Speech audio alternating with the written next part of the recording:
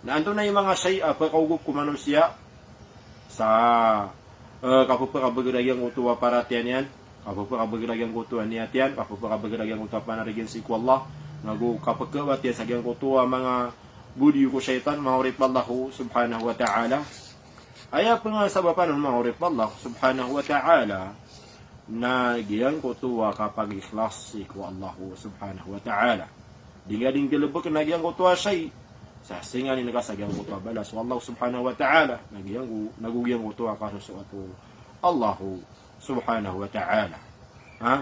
Nabaad na pipikir na kaon apad ang urip Allah kaayabu antap ka nagyang utuwa kaso at ka Allah subhanahu wa ta'ala nagugyang utuwa bala so Allah subhanahu wa ta'ala. Ikadua, nagyang utuwa kaawatan ka kung ginawa nga si ko kapanari ko lang na bagir inon tabo so bagir wallahu subhanahu wa ta'ala. Ha? Ayat na matero ka sa ginawa ka na langwan taman bagir na ka si busa idin wallahu subhanahu wa ta'ala. Dahil na pinarigan kasan inon taso Allahu subhanahu wa ta'ala. Paduman mga urip na Allah na kasama pa sa kapagiragyang uto parati kapagiragyang uto niyat nagukaawat sa gyang uto mga budi ko syaitan nagyang uto kilbid ka ulangwan asay apagkagdam ka apagkasabapan sa kalubay mga urip Allah subhanahu wa ta'ala uri na pagpakar ka sa gyang uto kapanggalabog nga sa gyang uto ikasos ato Allah subhanahu wa ta'ala. Paduman mga urip Allah, nagyang utuwa kasya pa kung mga paliwat, asuguan, mga gamay Islam. Nagukasya pa sa gyang utuwa mga sunnah, mga sunat, suguan, mga gamay Islam. Paduman mga urip Allah subhanahu wa ta'ala, nagyang utuwa di ka pa makinaga, kapagpanganala kung mga tutulan, kung mga salaf as-salih, nagyang utuwa mga tawa, niya magagama kibibilang ataw mga tutulang ko mga nabi, mga tutulang ko mga sahaba, mga tutulang ko mga ulama, mga tutulang ko mga tao ang mga salihun yang una mga urip Allah pasabab sa siran na siyagid siran mga eksamin Allah subhanahu wa ta'ala na miya makatek na agyang kutuwa para tera no din na miya tatapsiran sa agyang kutuwa matiya ganibag mga urip na Allah.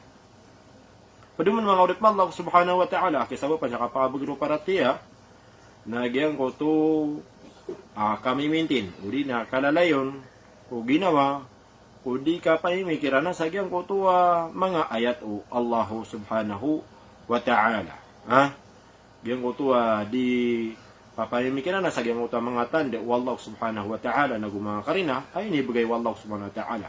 Paduman mga urip Allah, nagyang uto kalalayon, di kay paguntudaan, o mga tawa ad na mga inumuyan, o agama, naguso mga ulama, mga urip Allah subhanahu wa ta'ala, naguyang uto kalalayon, kapender pa sa agyang uto kalilimod, adi yung dimbendinganan agyang uto agama, o Allah subhanahu wa ta'ala.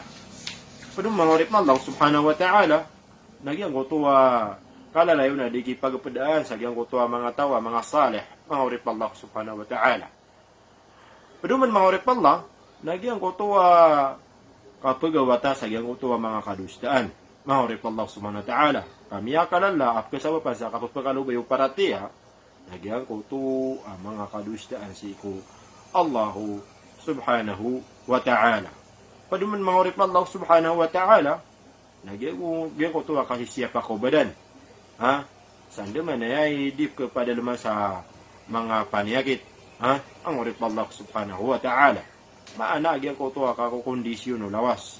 Kaya so pamikiran na mapia na si ima mapadalom sa agyan ko to mapia kang bubulawasan. Mga urip Allah subhanahu wa ta'ala. Ha?